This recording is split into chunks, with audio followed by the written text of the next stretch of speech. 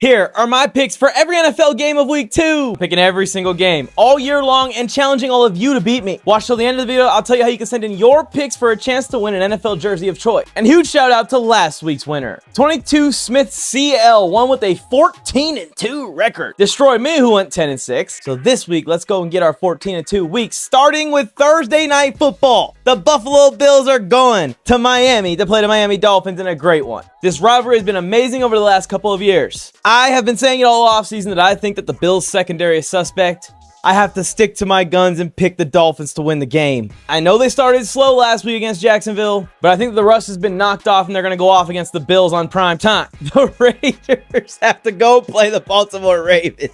Oh boy, this is going to be a good one because the Raiders are going to get absolutely killed, just like they did against my Chargers last week. Raiders fans, just save the comments. You guys all looked stupid last week. Don't do it again this week. Which brings me to my Chargers, who are going to Carolina to play the Panthers. And the Panthers got smoked by Derek Carr and the Saints. Almost a 50-point loss. This Harbaugh team has a real opportunity here in week 2 to fix anything that went wrong in week 1 and be 2-0. Continuing our kind of light start to the season when we talk about strength of schedule. I'm hoping we see the Chargers backups at some point in this game. Speaking of the Saints, they're going to Dallas to play the Cowboys, and them boys put the hurt on Cleveland. I know Deshaun Watson looks awful, and maybe he should be out of the league at this point because more accusations are coming up, but you got to give the Dallas Cowboys some credit for putting up 33 points in the Browns defense last week. The Buccaneers are going to Detroit, and it's going to be a fun one, because Baker Mayfield is gunslinging the ball all over the field in Tampa again. And we all know what this Lions offense is like. I'm giving the edge to the home team and the team that I just think is a little bit more loaded than the Tampa Bay Buccaneers on both sides of the ball right now. I'm hoping Jared Goff's a lot less rusty. The Colts are going on the road to Green Bay, and Indy looked really good last week, even in a loss versus Houston.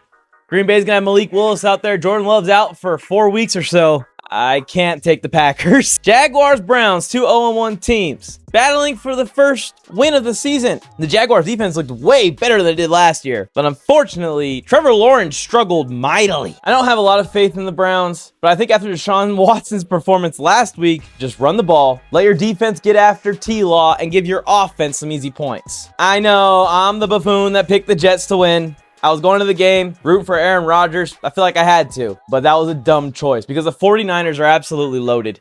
They have the best offensive line in football. They may have the best defense in football. Even without Christian McCaffrey playing, Sam Darnold's in for a rude awakening against his old team. Can the Patriots upset the Seahawks too? I think so, but I'm not betting on it. Jets, I'm rooting for the Jets in case you haven't noticed yet. And as bad as Will Levis was last week, this is not the 49ers.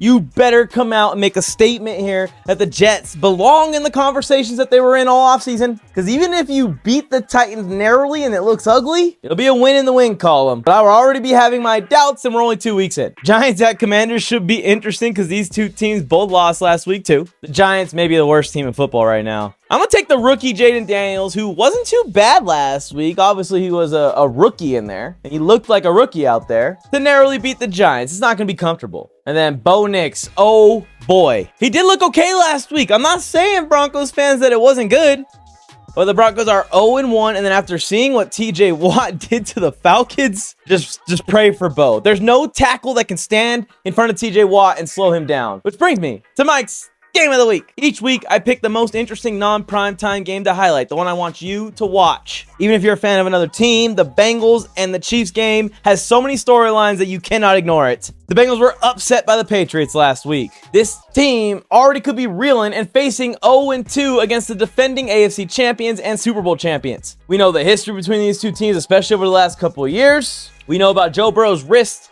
A lot of clips coming out of him looking like that wrist was bothering him during the game last week. T. Higgins probably is going to be available for this game. Jamar Chase did not look like Jamar Chase without practicing all offseason. I have to go with the Chiefs, but it is very interesting to see if the Bengals play up to the Chiefs like they have in the past. I'll tell you my game of the week, upset of the week, picks for Sunday and Monday Night Football.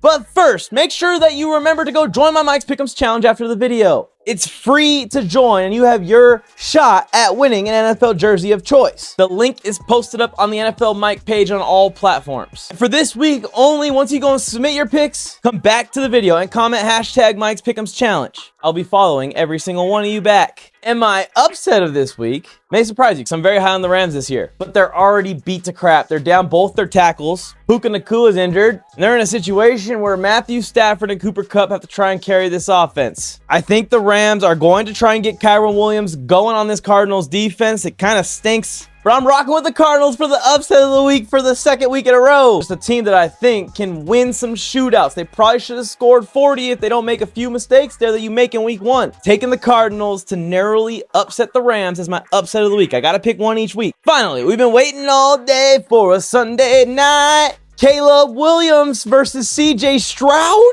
This is going to be fun. He looked trigger happy out there. Very inaccurate last week.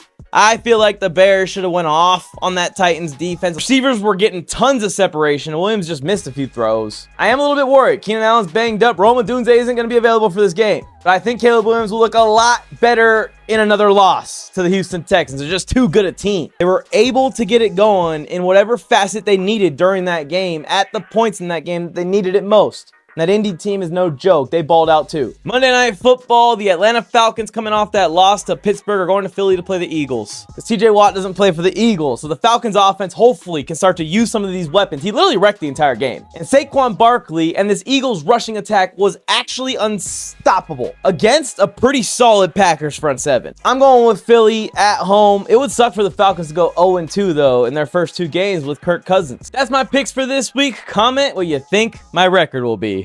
Bill Flames, I went Mike on the mic. With something brand new, one time for your mind. He gave you fair warning. Now it's time to smack him in the mouth with that raw sports talk from the town. Sweet chin music to your favorite sportscaster.